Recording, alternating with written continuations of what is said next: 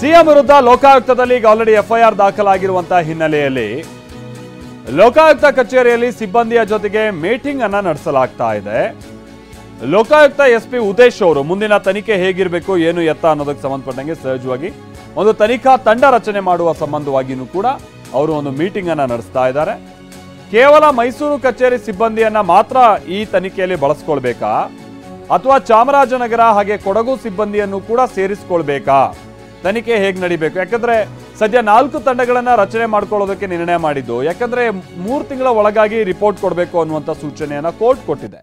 So ಹಾಗಾಗಿ ಹೆಚ್ಚಿನ ಸಿಬ್ಬಂದಿಯನ್ನ ಬಳಸ್ಕೊಂಡು ತನಿಖೆ ನಡೆಸಬೇಕಾ ಅಥವಾ ಇದಕ್ಕೆ ಸಂಬಂಧಪಟ್ಟಾಗಿನ ನುರಿತರು ಯಾರಾದರೂ ಮೈಸೂರನ್ನ ಹೊರತುಪಡಿಸಿ ಉಳಿದಂಥ ಡಿಸ್ಟಿಕ್ನಲ್ಲಿದ್ರೆ ಚಾಮರಾಜನಗರ ಹಾಗೆ ಕೊಡಗು ಡಿಸ್ಟಿಕ್ಕಿಗೆ ಸಂಬಂಧಪಟ್ಟಾಗಿನ ಲೋಕಾಯುಕ್ತದಲ್ಲಿ ಯಾರು ನುರಿತರು ಈ ಪ್ರಕರಣಕ್ಕೆ ಸಂಬಂಧಪಟ್ಟ ಹಾಗೆ ಇದ್ರೆ ಅಂಥವ್ರನ್ನ ಬಳಸ್ಕೊಳ್ಬೇಕಾ ಏನು ಎತ್ತ ಅನ್ನುವಂಥದ್ದು ಸಹಜವಾಗಿ ಈ ಸಂದರ್ಭದಲ್ಲಿ ಪ್ರಸ್ತಾಪಕ್ಕೆ ಬರುತ್ತೆ.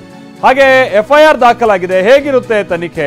ಚಾಮರಾಜನಗರ ಕೊಡಗು ಅಧಿಕಾರಿಗಳು ಮೈಸೂರು ಎಸ್ಪಿ ವ್ಯಾಪ್ತಿಗೆ ಬರ್ತಾರೆ.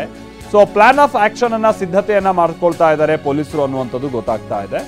ದೂರು ದಾಖಲಿಸಿಕೊಂಡಿರುವಂತ ದೂರುದಾರರು ದೂರನ್ನ ದಾಖಲಿಸಿರುವಂತ ದೂರುದಾರರು ವಿವರಣೆಯನ್ನ ಕೊಡ್ತಾರೆ. ದೂರಿನಲ್ಲಿರುವ ಆರೋಪಗಳ ಬಗ್ಗೆ ಆ ನಂತರದಲ್ಲಿ ಪೊಲೀಸರು ಒಂದು ಪಟ್ಟಿಯನ್ನ ಮಾಡ್ಕೊಳ್ಳಲಿದ್ದಾರೆ.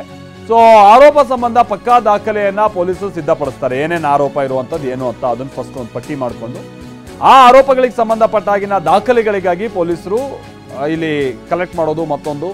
ಸೊ ದಾಳಿ ಮಾಡುವ ಅಧಿಕಾರ ಸಹಜವಾಗಿ ಲೋಕಾಯುಕ್ತ ಪೊಲೀಸರಿಗಿದೆ. ಸೊ ಎಲ್ಲ ದಾಖಲೆಗಳನ್ನ ಸಂಗ್ರಹಿಸಿದ ಬಳಿಕ ದೂರುದಾರರು, ಆರೋಪಿತರು ಹಾಗೆ ಸಾಕ್ಷಿದಾರರ ವಿಚಾರಣೆಯನ್ನ ಲೋಕಾಯುಕ್ತ ಪೊಲೀಸರು ನಡೆಸೋರಿದ್ದಾರೆ. ಸೊ ಇದು ಹಂತ ಹಂತವಾಗಿ ನಡೆಯುವಂತ ಪ್ರಕ್ರಿಯೆ ಆಗಿದೆ. ದೂರುದಾರ ಆರೋಪಗಳು ಏನು ಎತ್ತ ಅನ್ನುವಂಥದ್ದನ್ನು ಸಹಜವಾಗಿ ಒಂದು ಪಟ್ಟಿ ಮಾಡ್ಕೊಳ್ತಾರೆ. ಆ ಆರೋಪಗಳಿಗೆ ಸಂಬಂಧಪಟ್ಟ ಹಾಗೆ ದಾಖಲಾತಿಗಳು ಏನು ಎತ್ತ ಅನ್ನುವಂಥದ್ದನ್ನ ಪರಿಶೀಲನೆ ಮಾಡುವಂಥದ್ದು ಕಾರ್ಯ ನಡೆಯುತ್ತೆ. ಸೊ ಲೋಕಾಯುಕ್ತ ಪೊಲೀಸರು ದಾಳಿ ನಡೆಸೋದಕ್ಕೆ ಅವಕಾಶ ಇರುವಂಥ ಕಾರಣಕ್ಕಾಗಿ ಅವರು ಅದಕ್ಕೆ ಬೇಕಾದಂಥ ಪುರಾವೆಗಳನ್ನು ಪತ್ತೆ ಹಚ್ಚುವಂಥ ಪ್ರಯತ್ನವನ್ನು ನಡೆಸೋರಿದ್ದಾರೆ. ಎಲ್ಲ ಆದಂಥ ನಂತರದಲ್ಲಿ ದೂರುದಾರರು ಹಾಗೆ ಆರೋಪಿತರು ಇವ್ರುಗಳ ವಿಚಾರಣೆ ನಡೆಯುತ್ತೆ. ಆರೋಪಿತರು ಅಂತಂದರೆ ಖುದ್ದು ಸಿಎಂ ಸಿದ್ದರಾಮಯ್ಯನವರು.